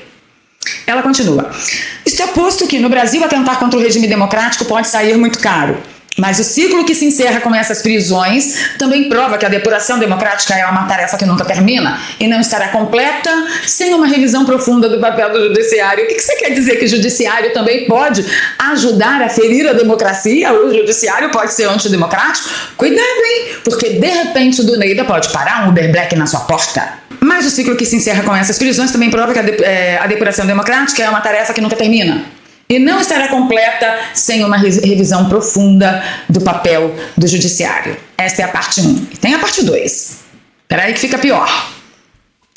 Protegido pela capa de heróis da democracia, magistrados foram aos poucos derrubando os controles para se tornarem intocáveis. Claro que mais comedimento seria muito bem-vindo, mas acreditar que isso ocorrerá sem custo equivaleria a comprar a esta altura um CDB do Banco Master. Não brinca. Dadas as relações do dono do Master com políticos de diferentes calibres, não será surpresa o caso acabar no Supremo. Nessa hora, o que farão esses ministros? Eu não vou nem parar para analisar aqui nas entrelinhas, porque a gente vai levar muito tempo. Vamos para o que interessa no momento. A prisão de Bolsonaro e companhia foi histórica, mas o golpismo não é o único fator capaz de minar uma democracia, mas não é mesmo. Sem a garantia de que as instituições servem unicamente ao interesse público e de que nenhum juiz está acima da lei, ela se enfraquece um pouquinho a cada dia. Eu tenho a sensação de começar a ler o voto de Luiz Fux aqui nas palavras da jornalista de plantão. Contra Bolsonaro, o juiz pode estar acima da lei, mas contra o restante, contra o que sobrou, não pode estar acima da lei, porque na verdade o que sobrou fui eu. Eu estou no grupo que sobrou. Vocês estão entendendo? Eis que o processo do golpe está no fim, o escândalo do momento é do Banco Master, de acordo com o Ministério Público e Polícia Federal, nos últimos anos, uma fábrica de fraudes que enganou mais de 1 milhão de investidores, além de drenar dezenas de bilhões de reais e a credibilidade do sistema financeiro. Uma das principais razões por que o esquema durou tanto tempo foi a blindagem política e jurídica do Master, que financiava variantes do Gilmar Palusa do Brasil e no exterior. Entre as estrelas desse evento estavam Gilmar Mendes, Toffoli, Barroso e Moraes. Uau! No balanço de 2024, o Master informou ter gastado mais de 260 milhões de reais com consultorias e advogados, e inclui-se aí a mulher de Moraes, Viviane Barsi, agraciada com um contrato. Isso aqui, para mim, senhores, é um recado claríssimo para todos esses ministros listados ainda há pouco por ela. Tipo, nós sabemos o que vocês fizeram durante o verão passado, retrasado e todos os outros verões, e nós podemos começar a falar disso de uma maneira mais contundente, mais coerente. E você, como é que você sentiu aqui esse parágrafo? Mas fica pior.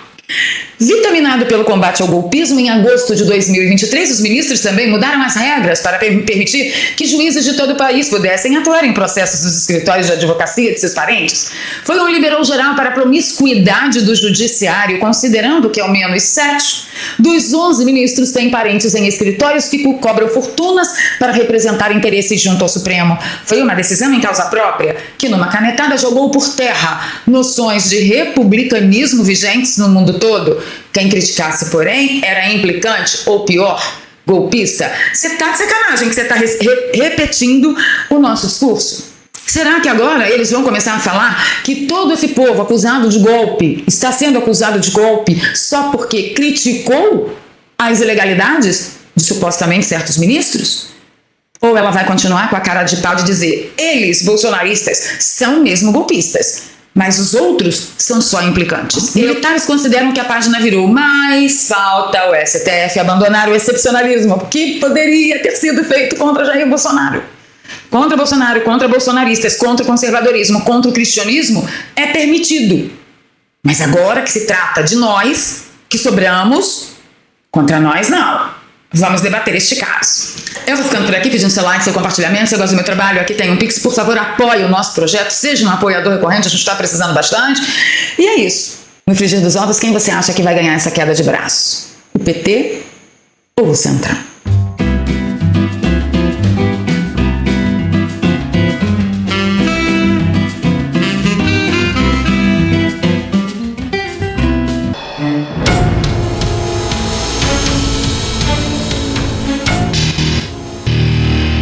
Eles o chamam de Trump dos Trumps.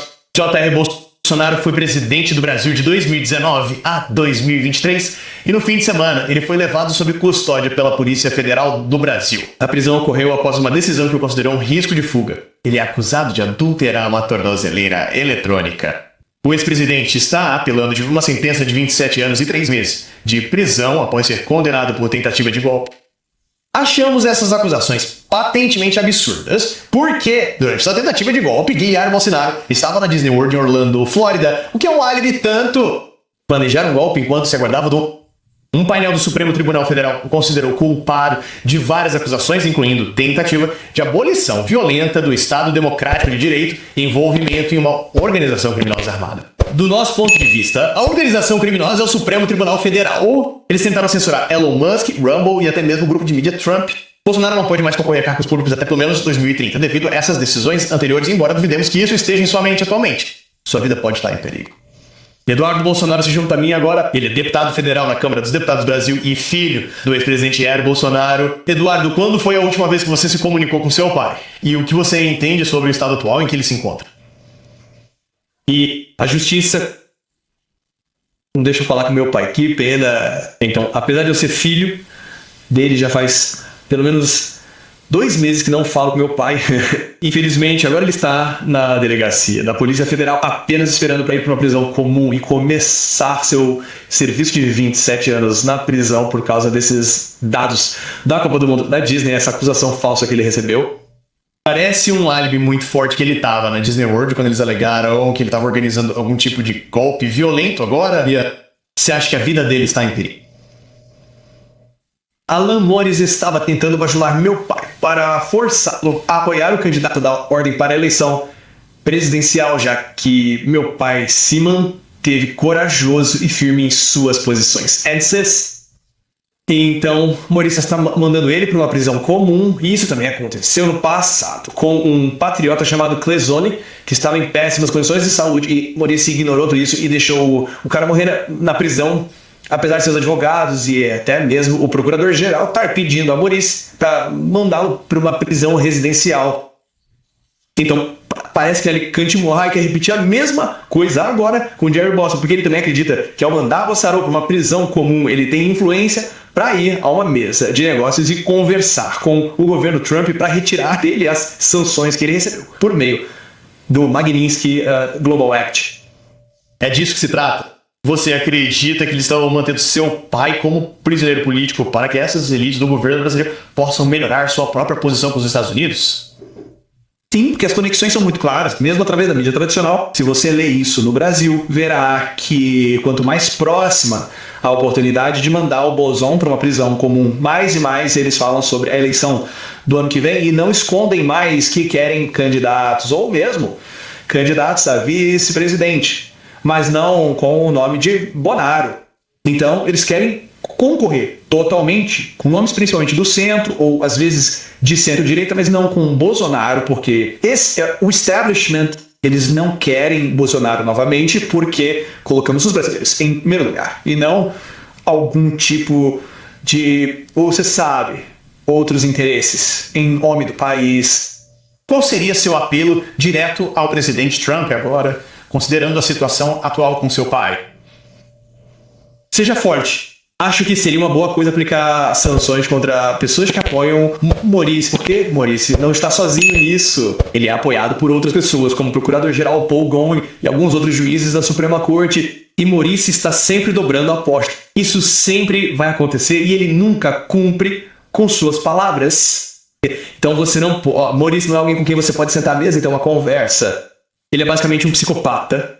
Então, se você o cercar, as outras pessoas ficarão assustadas e provavelmente abandonarão Maurício. Então, essa é a coisa certa a fazer. Esse é um ponto muito importante a ser cristalizado, porque se o que você está dizendo estiver correto no Brasil, o que eles estão tentando fazer é manter seu pai como um prisioneiro político. Então, vá até o governo Trump e diga, digamos uma coisa, nos dê tudo o que queremos economicamente e libertaremos Bolsonaro. E isso perpetuará o Brasil em sua tirania, porque eles não querem deixar você ou seu pai concorrerem nas eleições nacionais, porque acham que vocês venceriam. E o que você está dizendo é que o caminho certo são sanções secundárias. Você vai ampliar essa rede em torno de Maurício, em torno de Lula e garantir que eles não consigam continuar fazendo isso sem consequências. Eu queria te perguntar isso, Eduardo. Houve relatos de que seu pai estava tendo alucinações no momento da prisão e captura.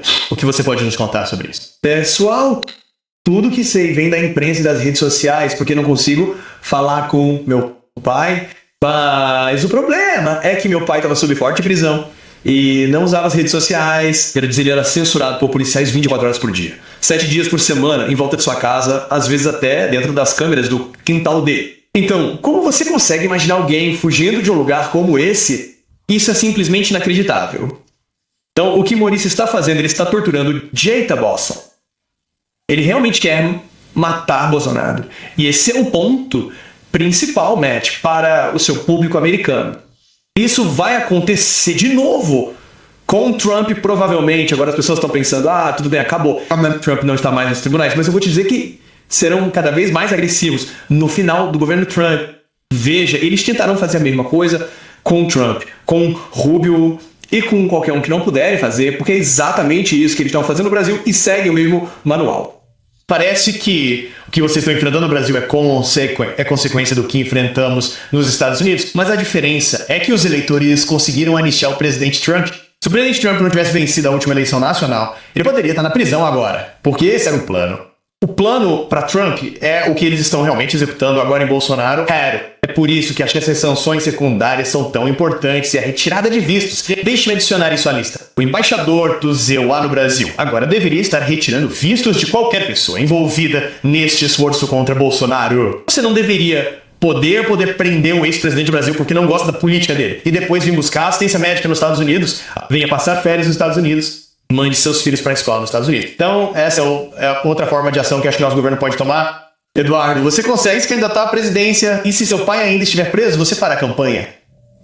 Apesar das pesquisas me mostrarem empatado com o atual presidente Lula da Silva, parece que não posso concorrer. Se eu voltar pro Brasil, claro, eles vão me prender porque estão me acusando de crimes que cometi enquanto vivia aqui no exílio em solo americano, que basicamente eles consideram o governo Trump um grupo criminoso ou criminoso organizado. Isso é simplesmente inacreditável. Inacreditável. Nós temos meu irmão, senador Flávio Bossado. Agora parece que Alexandre Moraes está preparando a narrativa para processar também meu irmão, senador Flávio Bozon. Porque no Brasil você tem a lei de antecedentes limpos, o que significa que se você for condenado por um tribunal, você não poderá concorrer nas eleições seguintes. E eles não querem ninguém com o nome de Bolsonaro concorrendo, porque eles sabem que nós seríamos outra coisa. Você sabe, colocando os interesses dos brasileiros em primeiro lugar, assim como o Trump fez com o povo americano aqui nos Estados Unidos. Então eles estão tentando evitar isso, copiando a mesma coisa que aconteceu na Venezuela com Maria Corina Machado, que não correu na última eleição. Ou também um caso pior, como a Nicarágua, onde prenderam 7 candidatos presidenciais e os limparam da forma como o atual ditador Daniel Ortega foi reeleito. Não, é tão claro que o plano globalista para as Américas é tentar extinguir o populismo através da aplicação do direito penal quando a política deles falha. E nós estamos bem na linha de frente disso no Brasil. Existem alavancas que os Estados Unidos podem e devem puxar pela liberdade de Jair Bolsonaro e, de fato, pela liberdade de dezenas de milhões de pessoas no Brasil. Eduardo Bolsonaro, membro da Câmara dos Deputados do Brasil, muito obrigado por estar conosco. Nossos melhores votos para sua família e seu pai. Obrigado, Matt, a todos por Deus abençoar.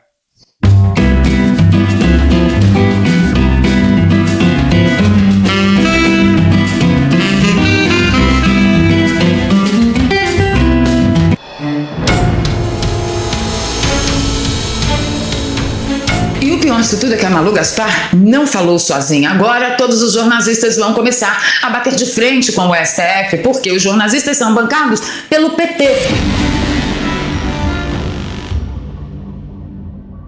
Ontem foi um dia curioso, eu tive a sensação de dormir no Tocaquistão e acordar em Nárnia. Do Neida cheguei na rede social e estavam todos os jornalistas mais importantes do regime apontando os erros, falhas, exceções, tudo que o STF fez de errado. Tava tudo ali.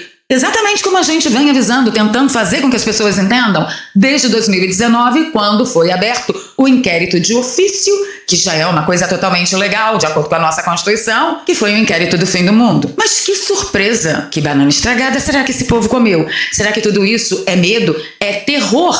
Que a mão pesada do ovo que tudo vê paire sobre as suas cabeças? Porque foram vocês que sobraram depois de terem derrotado o bolsonarismo? Vocês estão com medo de ser os próximos da fila? Pois é, meu bem, pode encostar o bumbum na parede. Depois daquela matéria bombástica da Malu Gaspar no Globo, o ovo que tudo vê deve ter ficado irado, porque mandou a sua menina, a moleca de recados do ovo que tudo vê, a Daniela Zempic, entregar uma resposta e avisar a Lula: olha, você está fazendo uma coisa errada, você deveria blindar a gente. Como se isso coubesse numa democracia, mas depois ainda vão querer convencer você que sim, nós temos poderes independentes e harmônicos.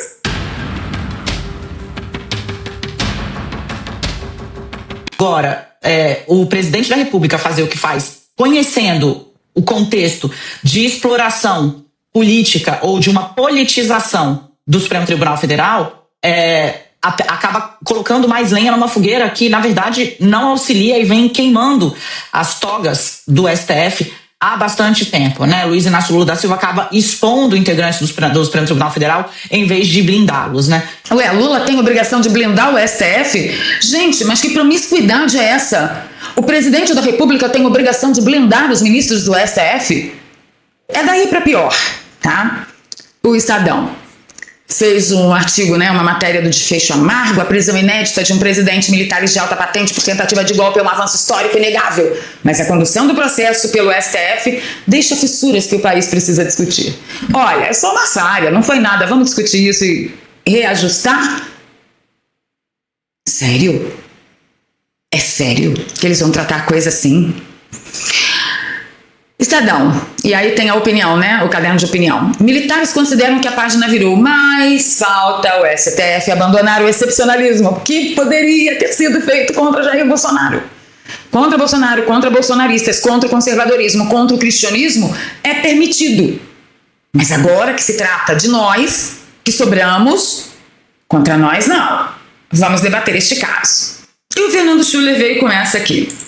Tudo bem, pessoal? Um rápido convite à leitura de todos do meu artigo no Estadão essa semana. Minha pergunta é muito simples. Uma lógica de exceção, uma vez criada dentro de uma democracia, pode ser desligada? Nós vivemos no Brasil nos últimos anos uma série de excepcionalizações no chamado Estado de Direito. Criamos os inquéritos, rompemos o princípio lá do juiz natural, a instância devida. Então, pessoas sem foram julgadas em primeira instância, na última instância, que é o Supremo Tribunal Federal. Essa semana a gente teve esse caso Tagliaferro. Então, o sujeito faz uma série de denúncias e ele se converte em réu, né? Então, as denúncias não são investigadas, não há nenhum órgão imparcial, ou não há nenhum órgão, na verdade, que investigue nenhuma denúncia. Para muitas pessoas, não entra aqui no mérito, nós estaremos criando, na verdade, um tipo de poder imune a sua própria investigação, ou fiscalização, ou controle. Bom, tudo isso. E a pergunta que surge a partir daí, por parte de muitos editoriais, artigos que a gente lê na imprensa, seria a hora de voltarmos à normalidade institucional? A pergunta é, em algum momento nós deveríamos ter saído? Alguém autorizou que se saísse da lógica institucional, do respeito à lei, à Constituição? Em algum momento alguém autorizou o início desta lógica de exceção no Brasil? Fernando, na época que fizeram totalmente contrário com Daniel Silveira. Não lembro. Que, inclusive, ele recebeu a graça do presidente da República e não pôde usufruir. Eu não lembro onde estava. Fernando, se eu estiver sendo injusta com você, me avisa que eu me retrato. Mas, sinceramente, é claro que está na Constituição. Isso nós estamos repetindo. Eu repito há mais de 10 anos. Eles não podem fazer o que eles estão fazendo, pelo amor de Deus. Porque vocês pensam que isso começou com Bolsonaro? Não começou, senhores. Isso começou muito antes de Bolsonaro. Tá? Então, para fechar aqui a pauta com vocês, já me encaminhando para o final, o grande motivo desse recado todo para o STF é esse aqui, ó. O governo Lula, para que o Senado aprove o nome do Messias para o Supremo, veja o tamanho da pedra, Alexandre de Moraes Megali. E o presidente que está entrando em campo... Pois é, e o presidente, vou explicar tudinho aqui, o presidente Lula, que está entrando em campo para defender a sua própria indicação, né, já afirmou a interlocutores que deve procurar o Alexandre nos próximos dias para dialogar. Vamos dialogar? Isso me lembra uma música. Dormia na nossa pátria mãe tão distraída, sem perceber que era subtraída em tenebrosas transações. É isso. É a promiscuidade assumida. Cadê a independência dos poderes? Eu gosto de Lula? Não gosto. Tenho alguma simpatia por ele? Não tenho. Para mim, um cachaceiro pinguço e cheio dos cremes nas ideias. Mas ele, como presidente da República, tem direito de indicar o ministro do STF, não que eu aprove também esse tipo de ascensão ao STF? Ele tem direito. E quem está no STF não pode falar nada. Alexandre de Moraes não pode fazer isso. Se eu não defendo a legalidade para Lula, eu não tenho moral para defender a legalidade para mim ou para quem quer que seja. Este é o ponto. Essa é a diferença dos conservadores para os revolucionários e os fabianos. Nós queremos legalidade para todos. Então tá aí. Ai, porque a Moniquinha falou, né? Que olha, o problema todo tá em Alexandre de Moraes, que é uma grande pedra no sapato de Lula, porque Alexandre de Moraes não aprova a indicação de Messias. Alexandre de Moraes, como ministro do STF, tem que aprovar alguma coisa. Ele que largue a toga, se candidate ao Senado e tem que ser eleito. Aí ele vai poder interferir do jeito que ele quiser e puder. A promiscuidade, senhores, no nosso país está na cara de quem quiser ver.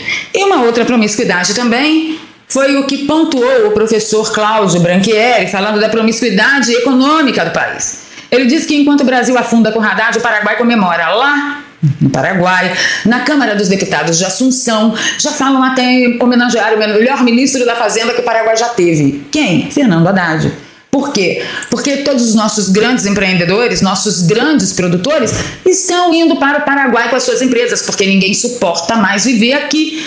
Empresas como a Lupo já migraram por causa da carga tributária absurda e da burocracia insustentável criada pelo governo Lula. Enquanto o Paraguai oferece energia barata, ambiente simples para empreender, impostos de 10% em tudo, o Brasil caminha para o modelo 50-50-50. Que é 50% de imposto de renda, 50% de imposto sobre consumo e 50% de encargos. Ou seja, o governo será dono de 50% do seu suor, 50% do seu tempo, 50% da sua produção, 50% do seu dinheiro. Você não é mais dono de você, até chegar como é a Venezuela, por exemplo, que vai chegar nos 80. Ou você acha que 50 vão parar nos 50? Não tem ombros, senhores. O resultado está nos números. Queda na indústria, queda nos serviços, juros a 15% e a economia brasileira apagando em pleno voo. Eu tenho certeza que a sua economia também vai de mal a pior. Por isso, eu chamo a atenção para você, para esse recado. Para tudo que você está fazendo, preste atenção nesse recado. Olha só a matéria que acabou de sair, ainda há pouco, dia 9 de outubro de 2025, o IBGE informou que o home office já é a realidade profissional de mais de 14 milhões e 700 mil brasileiros. Só para você ter uma ideia, 1 a cada 5 mulheres que trabalham de casa. E no caso dos homens, é 1 a cada 6. Aí você consegue perceber duas coisas, que a situação em home office é mais comum entre as mulheres. Sim, o home office só cresce. E o mais curioso disso tudo é que nessa situação tem gente de tudo quanto é segmento, de tudo quanto é profissão e de tudo quanto é mercado. Tem gente trabalhando com venda, tem gente trabalhando com prestação de serviço. É um universo infinito. Tem gente até ganhando muito bem com plataformas como a Amazon, Magalu e Mercado Livre, que inclusive eu já comentei aqui com vocês sobre as vendas dos produtos que eu faço pela Amazon. Pessoal, para vocês terem ideia do que a gente está falando, as vendas online sem estoque já movimentaram só no ano de 2025 mais de 100 milhões de reais. É um número muito alto. Então sim, tem muita gente trabalhando de casa, mudando de vida e exercendo isso 100% home office. E se esse é o seu sonho, se você também quer aprender como trabalhar de casa, organizar a sua vida, fazer o seu horário, ter liberdade como eu tive de mudar de São Paulo para o Rio de Janeiro mais que urgente para poder socorrer a minha família, então eu super indico para você a Escola de Negócios Digitais do nosso querido amigo Daniel Alvarenga, que também é youtuber de direita. E para acessar a Escola de Negócios Digitais do Daniel Alvarenga é só você clicar no primeiro link que está aqui no comentário fixado e na descrição de todos os nossos vídeos. Clica no link, vai lá no zap do Daniel, diz que você quer entender melhor como que funciona tudo isso. E lá nós vamos liberar para você 3 aulas gratuitas que vai fazer com que você aprenda o que nós estamos falando. E pode ficar despreocupado, porque não é bet, não é tigrinho, não é curso para aprender a vender curso, é trabalho sério, honesto, dedicado, e eu tenho que avisar vocês. É trabalho suado, tá? Você não vai ficar rico fácil, não. Ah, e você que já tem a sua profissão, saiba que você pode exercê-la através do digital. Você só precisa conhecer e dominar as ferramentas para isso. Dá uma olhada no testemunho que a gente recebeu há dias atrás. A Fábrica de Ideias da Cris comentou: eu trabalho em home office desde 2022, hoje sou nômade digital. Caminho sem volta. Tá vendo só? Quem começa não quer parar mais. Afinal de contas, na escala 6x1 da CLT, qual o trabalho que vai te oferecer um bom pagamento, bons lucros e você mesmo fazendo o seu horário e estabelecendo as suas prioridades? Eu pago as minhas contas com o digital há pelo menos 10 anos e posso garantir para vocês, se tiver dedicação, seriedade e compromisso, você vai dar uma viradaça na sua vida. E esse recado é importante porque quando eu falo para você trabalhar de casa, isso quer dizer que se você não tem dinheiro para fugir para os Estados Unidos, caso seja necessário, você pode simplesmente vender todas as suas coisas, colocar o que tem de valor, mais valor, numa mochila, pegar um ônibus e ir para o Paraguai. E de lá trabalhar a partir de casa, pagando muito menos imposto, numa economia muito estável, se capitalizar para dali 1, 2 anos, adentrar com papel direitinho na terra do tio Sam. Se você tiver uma internet, você consegue fazer dinheiro a partir de casa, você só precisa conhecer a ferramenta. Link na descrição e no comentário fixado, é gratuito. Vai lá e assiste as aulas, depois você corre aqui para me contar, tá bom? Eu vou ficando por aqui pedindo seu like, seu compartilhamento, se você gosta do meu trabalho, aqui tem um Pix, por favor, apoie o nosso projeto, seja um apoiador recorrente, a gente está precisando bastante. E é isso. Deixa o like, compartilha e eu encontro com vocês nos comentários. E aí, você está gostando de ver o poder real do Centrão? Senhores, no frigir dos ovos, quem você acha que vai ganhar essa queda de braço? O PT ou o Centrão?